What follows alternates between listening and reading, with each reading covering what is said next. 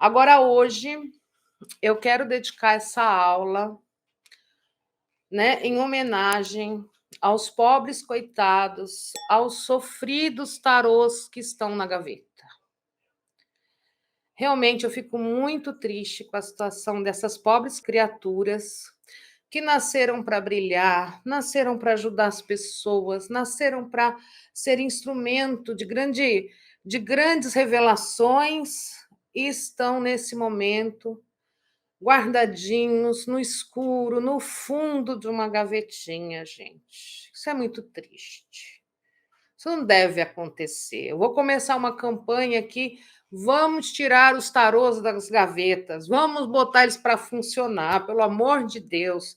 E a gente vai falar disso hoje. Por que, que o tarô vai parar na gaveta? Por que, que a gente se entusiasma, começa, quer fazer e acaba deixando o tarô na gaveta, desistindo? Né? Que ilusões são essas? Que obstáculos são esses que a gente esbarra ao longo dessa jornada que faz a gente acreditar que não é para gente e guardar o bichinho na gaveta? Guarda não, gente, tira eles da gaveta, coitados, estão lá no escuro. Vamos trazê-los para a luz. Então, e por que que eles vão parar na gaveta, né? Gente, a gente tem uma ideia, uma ilusão muito grande a respeito do que é ser tarólogo, do que vai acontecer quando você tiver com as cartas na mão. As pessoas acham que a gente que trabalha com oráculo, a primeira vez que pegou o tarô ou um baralho qualquer, já saiu lendo, né? A gente acredita que é comprar aquele baralho, se eu tiver mesmo dom, se isso for para mim, eu vou olhar para aquelas cartas e eu vou saber do nada, né? Eu vou olhar para aquelas cartas e eu vou receber uma iluminação, vai vir uma faísca divina me atingir e eu vou. E a gente acha que com as pessoas que trabalham com isso foi assim. E não foi, gente. Eu vou falar para vocês que isso não existe. Existem pessoas que têm mesmo um dom muito especial. Não é meu caso, tá? Eu não saí lendo assim, não. Eu estudei muito para estar aqui. Mas tem pessoas que têm mesmo, sabe, uma coisa de muita facilidade, de olhar as imagens, a intuição começar a fluir e a coisa aí, só que a gente não pode dizer que essa pessoa está lendo tarô, mesmo que ela esteja usando um baralho de tarô. Porque se ela não está respeitando a estrutura do tarô, ela não sabe, ela está ali olhando uma imagem e falando aquilo que a intuição dela, né, tá mostrando para ela. E ela pode ler o campo da pessoa e ela pode ser muito assertiva, mas se ela não souber, né, o que é, tiver uma noção pelo menos do que é cada arcano, ela não está lendo tarô. Ela está lendo com base nessa intuição, nesse dom que ela tem, né? E a gente acha que é assim, que todo mundo é assim, né? E são raríssimas exceções. Eu acho que eu conheci uma pessoa assim só na vida, mas ainda assim é uma coisa meio assim, ai não, comigo foi assim. Aí você vai conversar, você vê, não, mas depois eu li, depois eu assisti, depois eu fiz. Não é bem assim, sabe? Então, o que que acontece? Como que a gente sabe se o tarô é para mim? O que é isso, né? Gente, você não tem essa iluminação, não cai um raio na sua cabeça e te ilumina na hora que você tira o tarô da caixinha pela primeira vez. Mas você tem essa curiosidade, você tem essa paixão, você acha aquilo bonito, você tem vontade de fazer, sabe? Quando você vê uma outra pessoa abrindo as cartas, interpretando, ai, você fala: nossa, que interessante, como eu queria fazer isso. Você é mordido por um bichinho, né? Você recebe um chamado. Todos vocês têm a vocação, que é a voz do coração, né?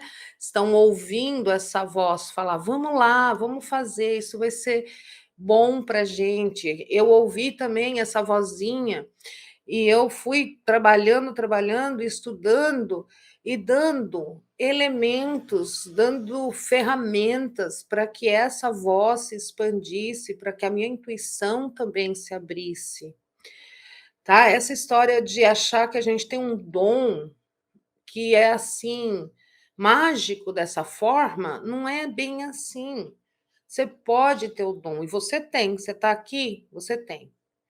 Senão você não estava fazendo esse esforço. Mas o que é ter um dom?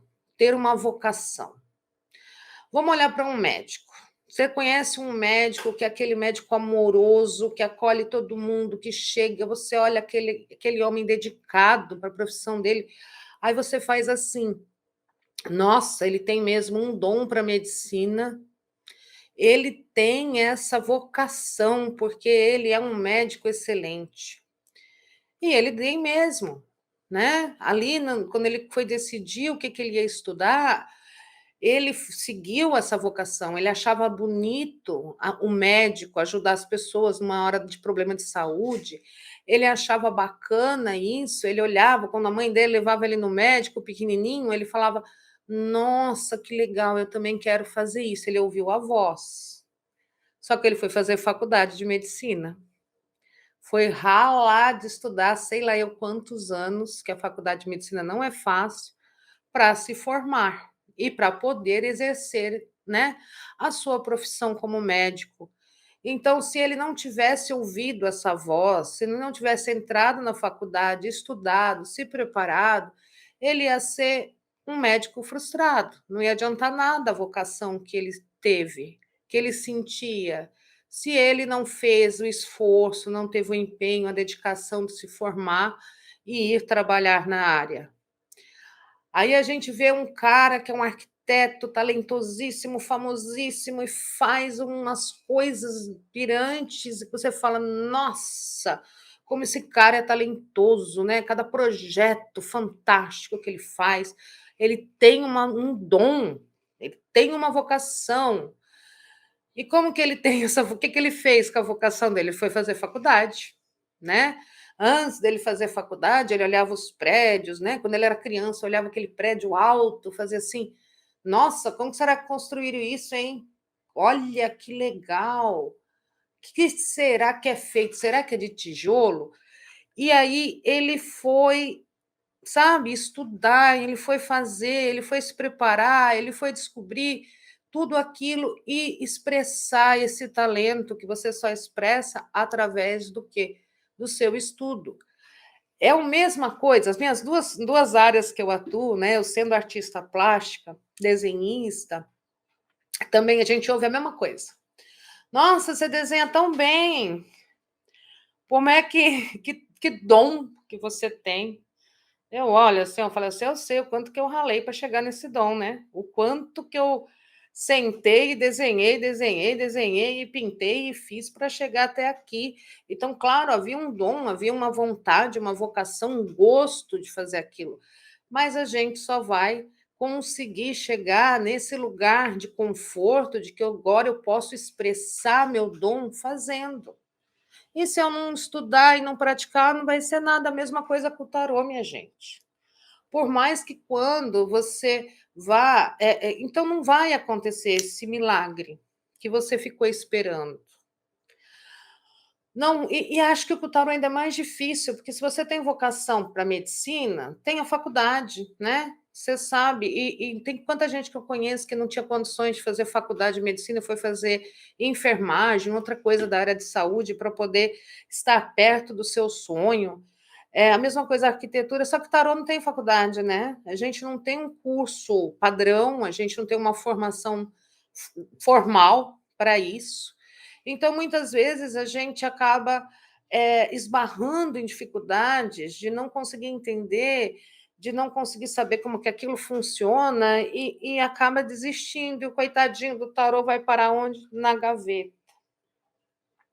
Então, vamos iniciar essa campanha, tirar os tarozinhos da gaveta, porque eles merecem sim serem usados e vocês merecem saber usar essa grande ferramenta, fazer isso, ter aquele amigo que eu falei lá na primeira aula, o amigo que vai te orientar, te aconselhar, te dar apoio, te dizer onde ir com mais segurança, o que você está se iludindo e que você vai quebrar a cara, né? Normalmente a gente não desiste, não, a gente não acredita, só depois que quebra a cara que fala, putz, saiu mesmo na carta isso aí. Mas tudo bem, é nosso livre-arbítrio, muitas vezes a gente tem que passar as experiências para aprender. E se você não ouvir, o que vai acontecer? Nada, você vai continuar seguindo a tua vida. Você não vai dar chance para esse dom, para essa grande transformação entrar na sua vida. Mas, gente, vamos, continuem, não deixe os bichinhos na gaveta, não, tadinhos. Eles merecem e vocês também. Senão vão fazer que nem eu fiz com a minha vontade de tocar piano. Eu já contei essa história algumas vezes em outras lives. É capaz que o pessoal que me segue há mais tempo já me ouviu falar isso. Como que é, né? Quando eu era adolescente, eu tinha uma amiga que tocava piano. E toda vez que eu ia na casa dela, eu enchia o saco dela que eu queria que ela tocasse, porque eu achava a coisa mais linda do mundo. A menina parou de me convidar para ir na casa dela, tanto que eu enchi o saco dela. E eu tinha aquele fascínio, só que a gente não tinha condições de ter um piano, de eu fazer aula de piano, nada disso. E eu poderia até ser, né, uma ótima pianista, pode ser que eu tivesse um talento absurdo para aquilo, eu nunca vou saber.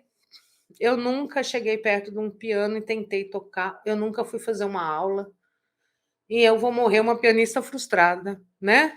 Eu não sei o que seria. Podia ser que eu sentasse ali no piano e saísse nada, né? Podia ser também. Mas eu nunca vou descobrir isso. Porque agora também, gente, eu tenho tanta coisa para estudar, não vou estudar piano, não. Agora já estou velha, não quero mais saber.